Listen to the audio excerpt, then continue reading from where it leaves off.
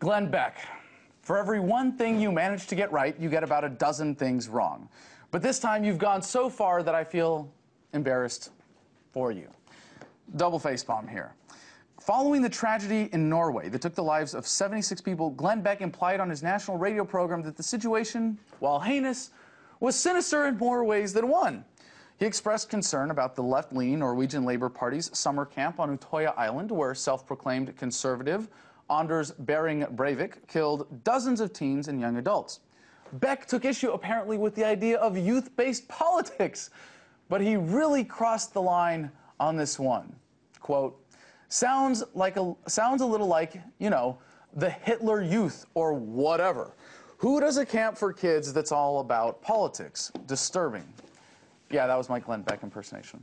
But there's one problem with Beck's analogy to his here, because his very own 9/12 project is putting on youth camps all across the country.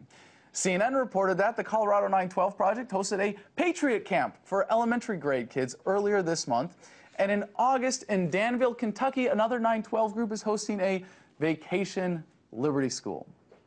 Now look, I'm not fond of the idea of left-leaning political camps for kids any more than I would be to take a kid to an evangelical Bible school, but let's get real. That's reflective of my own political leanings. Youth politics aren't a new thing, and it's not inherently nefarious. While indoctrination is something we should safeguard against, it's important for kids to explore political philosophy and, more important, formulate values to stand up for. By the way, these were teenagers and 20-somethings at this camp, not exactly a Hitler Youth nursery. So what's with the double standard? Would Beck condemn the scores of student activists working on the right? Somehow, I don't think so. Cheap shots should at least have a little class, Glenn. I may get a few jabs on YouTube for my awesome teleprompter skills, but hey, at least I can ad-lib well enough to know that Hitler comparisons for dead kids are a terrible idea.